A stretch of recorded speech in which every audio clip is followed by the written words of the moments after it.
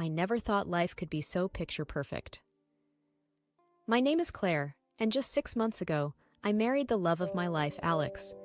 We're both 28, ambitious, and we've been together since college. We recently bought a cozy house in the suburbs, a place we could truly call our own. Alex works in finance, and I'm in marketing. We're the couple that has it all, or so it seemed. One evening, I was setting the table for dinner, waiting for Alex to come home. He'd been working late a lot lately. Just then, my younger sister Lily dropped by. She lives nearby with her husband, Mike. Lily's always been more than a sister to me. She's my confidant, my best friend. "Hey, Claire, dinner for two again?" Lily asked as she breezed into the kitchen. I forced a smile. "Yeah, Alex has been swamped at work, lots of late nights." She grabbed an apple from the fruit bowl and sat at the kitchen island. "You worry too much, sis. Alex is just climbing that corporate ladder. You should be proud." I shrugged, pouring us both a glass of wine. "I guess you're right. It's just, he seems so distant lately." Lily sipped her wine, her brows furrowing a bit. "Distant how?" I sighed, picking at my salad. "He's just not himself. Short answers, always tired, and when he's home, it's like he's not really here." Lily reached across the table, giving my hand a reassuring squeeze. "Work can be a beast. Give it some time. He's probably just stressed." "Yeah, maybe."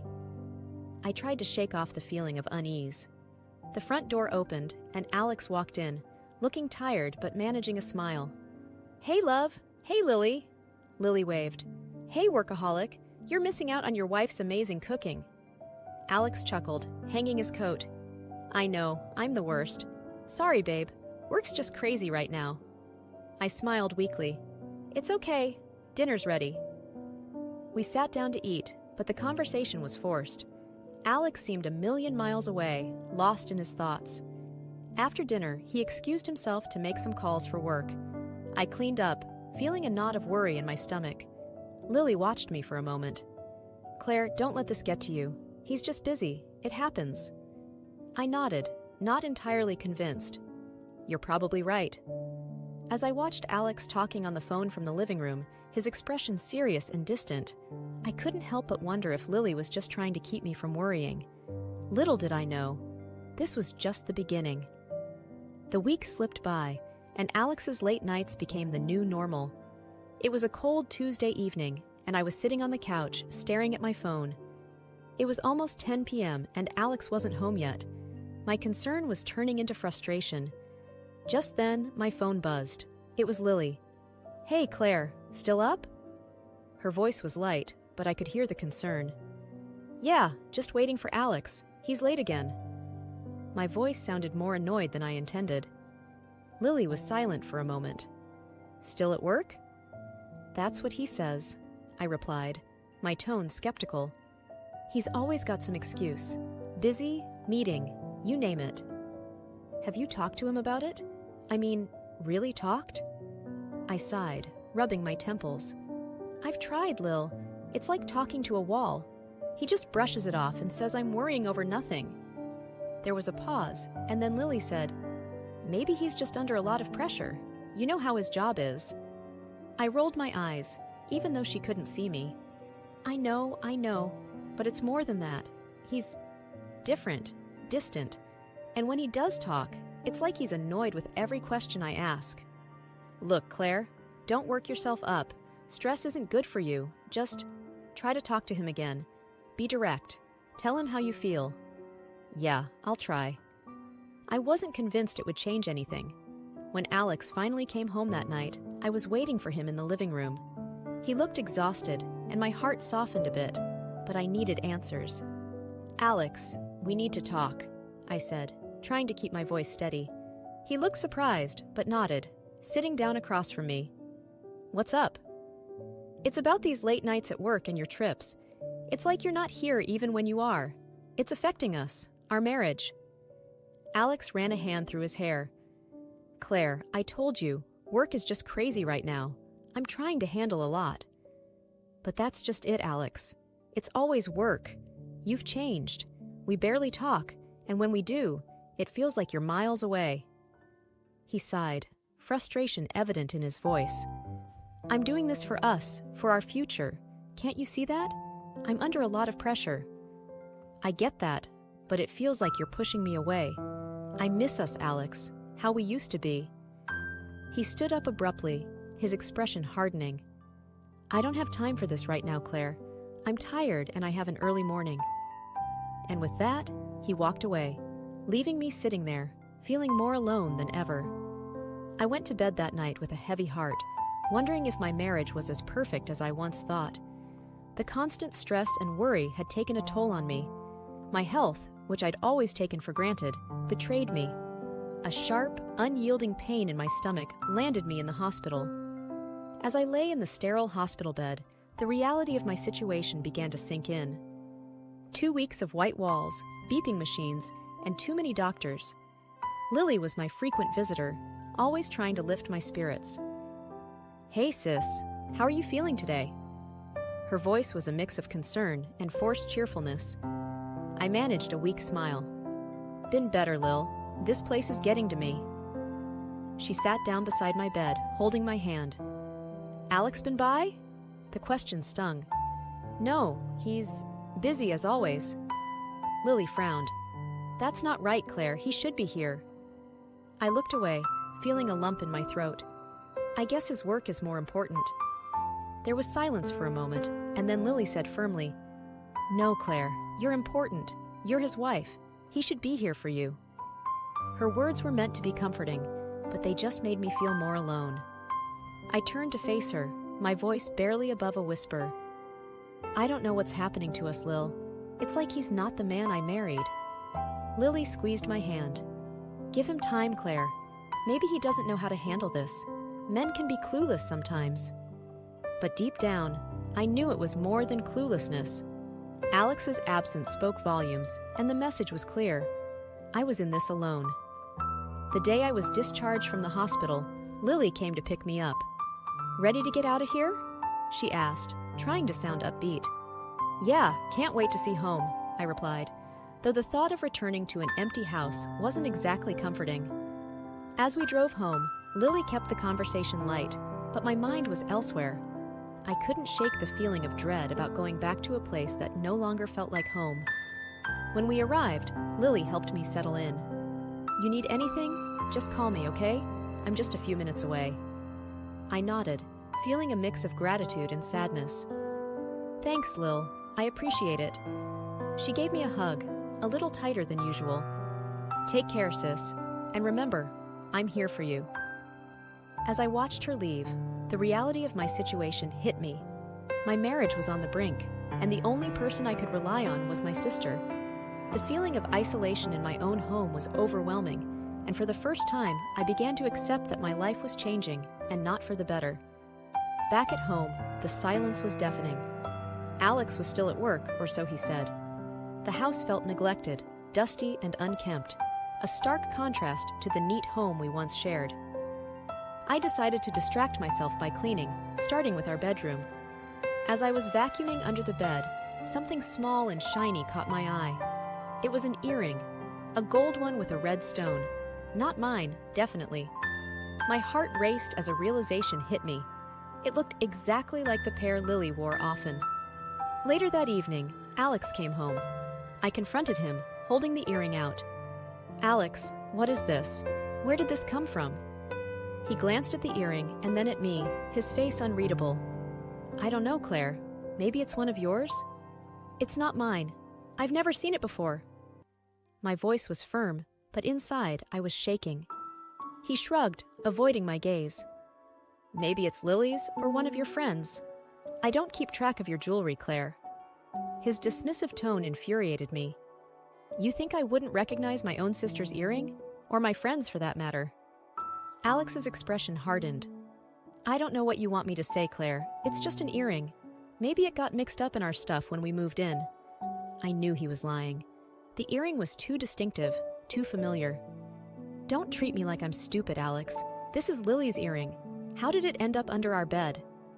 He sighed, rubbing his forehead. Look, Claire, I'm tired. Can we not do this now? I've had a long day. But I couldn't let it go. No, we're going to talk about this now. This is serious. He looked at me, his eyes cold. "I'm not having this conversation, Claire. You're blowing this out of proportion." With that, he walked away, leaving me standing there, the earrings still in my hand. My mind was racing with thoughts. Was there something going on between Alex and Lily? No, it couldn't be. But the doubt had already planted itself in my mind. I couldn't sleep that night. The earring lay on my nightstand, a glaring symbol of betrayal. I recalled the looks exchanged between Alex and Lily, the times they were alone together. But I pushed those thoughts away. I couldn't accuse my sister and my husband without any proof. The next day, I called Lily. My voice was shaky as I asked, "Lily, did you lose one of your earrings? A gold one with a red stone?" There was a brief pause on the other end.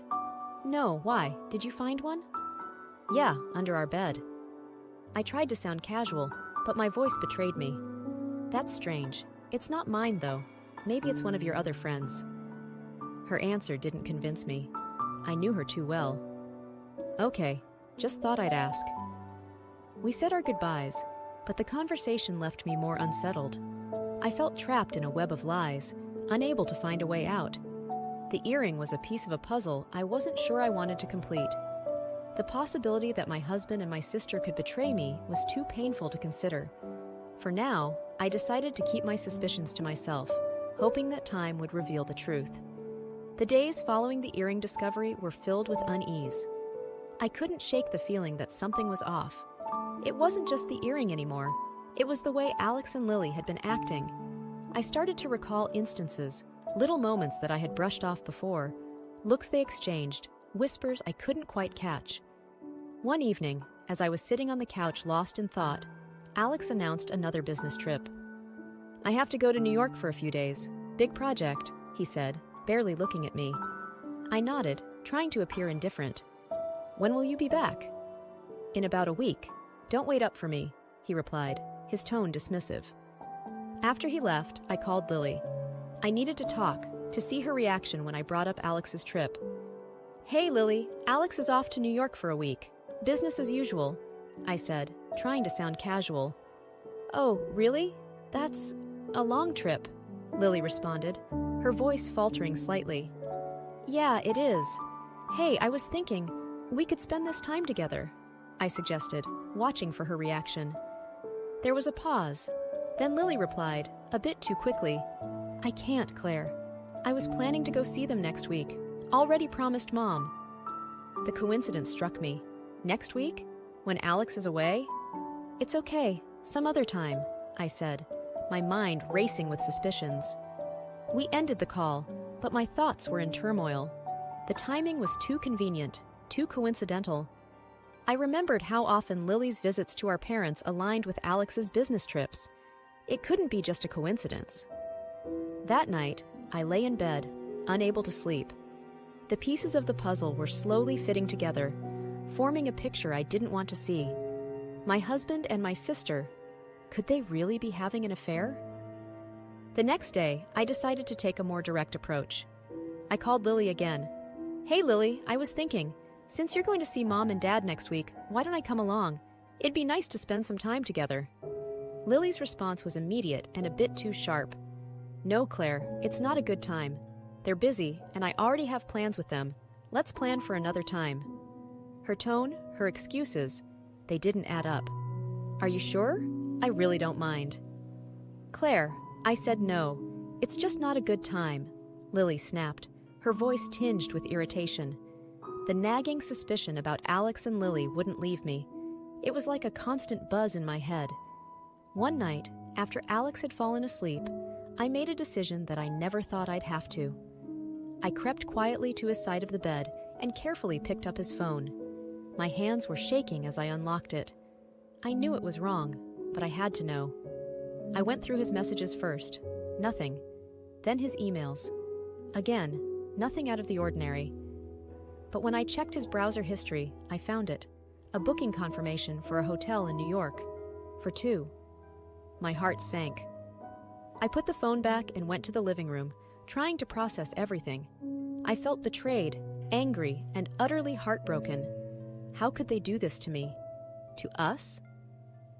The next morning, Alex left for his trip as usual. "I'll call you when I land," he said, giving me a quick kiss on the cheek. I forced a smile. "Safe travels." After he left, I called Lily. I needed to hear her lie to me one more time. "Hey Lily, I was thinking of coming over today. Maybe we could hang out?" There was a pause. Then she replied, her voice uneasy. "Actually, Claire, I'm heading out to Mom and Dad's today, remember?" "Right, of course," I said, my voice steady despite the turmoil inside. "Have a good trip then." "Yeah, thanks. We'll catch up when I get back," she said quickly and hung up. I sat there for a long time, feeling a mix of emotions. I was hurt, yes, but there was also a sense of clarity. I knew what I had to do next. It wasn't going to be easy, but I couldn't let them get away with this. That evening, I made an important call. It was a step I never imagined taking, but I needed solid proof. After the call, I sat in silence, a plan forming in my mind. I was going to confront them, but not yet. I needed undeniable proof first. And when I had it, they would have nowhere to hide. The week felt like a blur. Every day felt longer than the last, each minute dragging on as I awaited the inevitable truth. Finally, the call came. "We've got what you need," they said on the other end of the phone. After I hung up, a plan started forming in my head. I needed to confront them, but I wanted to do it my way, on my terms. A family dinner, that would be perfect. A place where they couldn't escape the truth. I called Alex first. "Hey, when you get back, I was thinking we could have a family dinner. It's been a while since we all got together." "Sure, sounds good," he replied, his voice casual. "When were you thinking?" "How about the day after you get back? I'll invite Lily and Mike too." "Great, I'll see you then." Next, I called Lily. "Hey, I'm planning a family dinner for when Alex gets back. You and Mike should come." Lily's voice was hesitant. "Sure, sounds nice. What's the occasion?" "Just felt like it's been too long since we all sat down together. See you then." The day of the dinner arrived. I cooked their favorite dishes, set the table perfectly, and waited. I felt a mix of nerves and determination. This was it, the moment of truth. Alex, Lily, and Mike arrived, all smiles and casual conversation. Dinner started off normally, everyone chatting and laughing, but I could barely eat, my stomach in knots. "So, what's the special occasion?" Alex asked, looking around. I took a deep breath. "I have an announcement to make." Everyone went quiet, looking at me with curiosity. "Before that, I have a question," I said, my voice steady. "Lily, how was your trip to Mom and Dad's?" "It was good, relaxing," she replied, a little too quickly. I nodded, then turned to Alex. "And your trip? Productive?" "Very," he said, nodding. I smiled, a cold, hard smile. "That's funny, because Mom and Dad said they haven't seen you in months, Lily. And Alex, the detective I hired, confirmed you weren't alone on your business trip." The room went silent. Alex and Lily's faces went pale, their eyes wide with shock. Mike turned to Lily, his voice filled with disbelief. "Lily, what's she talking about?" I pulled out the folder with the photos and threw them on the table. "That's what I'm talking about. My husband and my sister together." The photos scattered across the table, revealing the undeniable truth. Alex and Lily holding hands, kissing. There was no denying it now. The rest of the evening was a blur of shouting, accusations, and tears. Mike stormed out with Lily trailing behind him, begging for forgiveness. Alex tried to explain, to apologize, but I was done listening. I watched them leave, my heart heavy, but my resolve strong. I had lost my husband and my sister, but I had gained something to my dignity and the strength to start over. Tomorrow, I would start the divorce proceedings. Tonight, though, I just sat in the silence of my home, the weight of the betrayal slowly lifting off my shoulders. The evening after the explosive dinner, I sat in my living room, the silence echoing around me. I had done it, exposed the painful truth. It was over, but the finality of it all left me feeling hollow. I was startled out of my thoughts by a knock at the door. It was Alex, his eyes red, a mix of anger and sorrow etched on his face. "Can I come in?" His voice was low, almost a whisper. I hesitated but nodded, stepping aside to let him enter. He stood there, looking around the room as if seeing it for the first time. "Claire, I don't even know where to start." "You don't have to," I said, my voice firm. "There's nothing you can say that will change what happened." He ran his hands through his hair, a gesture of frustration. "I know I messed up. I know I hurt you, but you have to believe me. It didn't mean anything." I laughed, but there was no humor in it. "Didn't mean anything? You had an affair with my sister, Alex. How could that not mean anything?" He flinched at my words. "I don't know how it happened. It was a mistake, a huge mistake. I love you, Claire." I shook my head, feeling a surge of anger. "Love? Is that what love looks like to you? Betrayal? Lies?" Alex took a step towards me, his hands outstretched. "Please, Claire, let's try to work this out. We can go to counseling, we can—" I cut him off, stepping back. "No, Alex, it's too late for that. You made your choice, and now I'm making mine." He looked defeated, his shoulders slumping. "So that's it? We're just over?" I nodded, feeling a strange sense of calm. "Yes, that's it. We're over. I'll have my lawyer contact you about the divorce."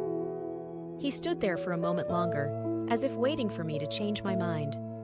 But when I said nothing more, he turned and left, the door closing quietly behind him.